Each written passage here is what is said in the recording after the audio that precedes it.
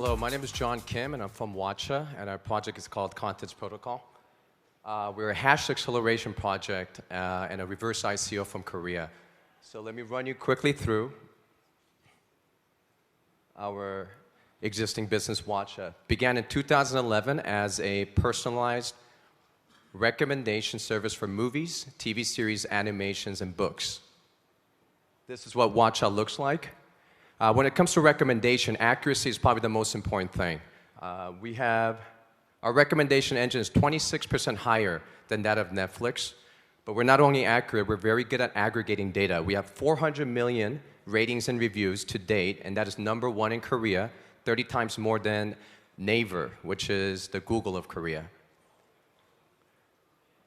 We're available in Korean and Japanese, and our English version is coming out this month, so we'll be available in North America and Asia this month. So Watcha is really the bread and butter of our company. What we did next was we plugged it into a paid subscription VOD service called Watcha Play. Watcha Play is the leading competitor against Netflix here in Korea with around 250,000 paid subscribers. But the most important number here is this, 18 plus hours of viewing per month per user. This engagement is the highest among all OTTs in Korea, including Netflix. This is because 71% of all the content that's consumed on this platform comes from our recommendation engine. Only 21% is from direct search. Currently, we have relationships with over 60 content providers around the world, including Hollywood and, of course, right in our backyard, Korea, which is the powerhouse of content right now in Asia. Best App of the Year by Google and App Store, 5 years running. And here it is, Contents Protocol. So the two value propositions that we're trying to bring to the table with this is #1, data transparency for content makers so that they have access to data that will help them make better content.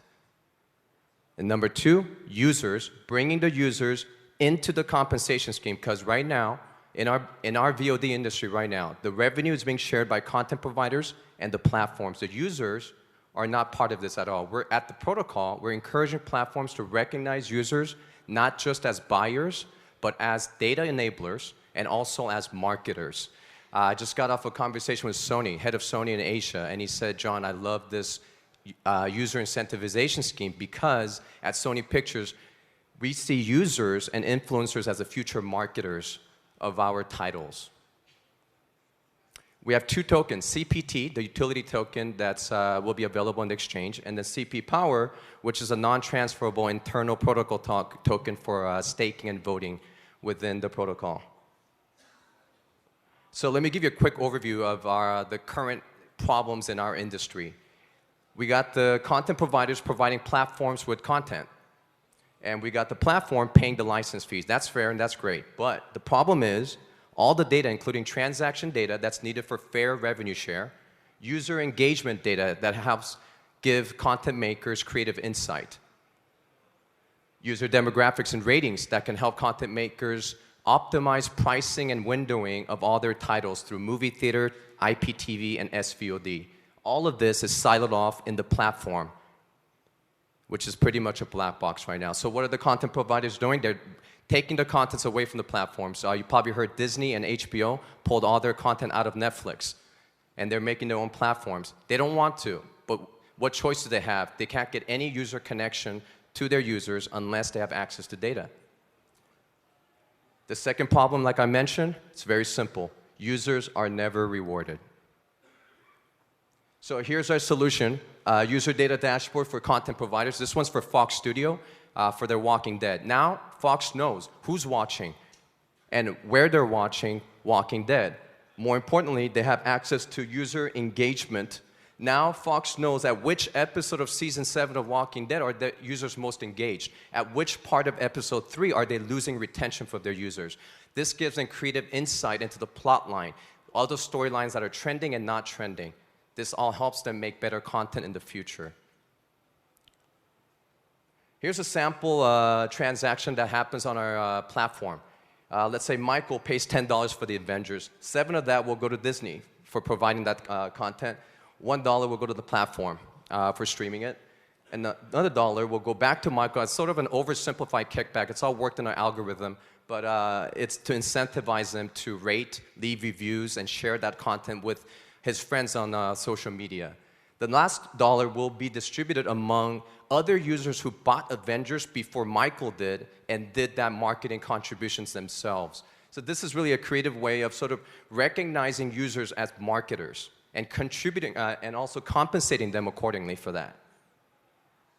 This is the user interface. Sharon here has 284 CPTs, probably from rating, doing all the marketing contributions, and watching a lot of films. She can use that CPT to purchase more contents, or she can also cash out if she wants, because our exchange is connected to us in the back end. Our board of advisors led by Hashed, and of course Teddy Z, really the former senior VP of Paramount Pictures, member of the Oscars and the Emmys, really spearheaded this project all through Hollywood. And we got Signum Capital. Hashed, of course, is a leading investor. We got XSQ and The Alchemy, and David Lee is probably our most famous investor. He's former managing partner at SV Angel, who did Airbnb, Pinterest, Slack, GitHub, all the good stuff. And lastly, our team. We got 40 members, and half of them are seasoned engineers. And that's it. We're currently in a public round. We'll be in the exchange soon. If you have any questions, I'll be right there after the show, so please feel free to come and ask. Thank you.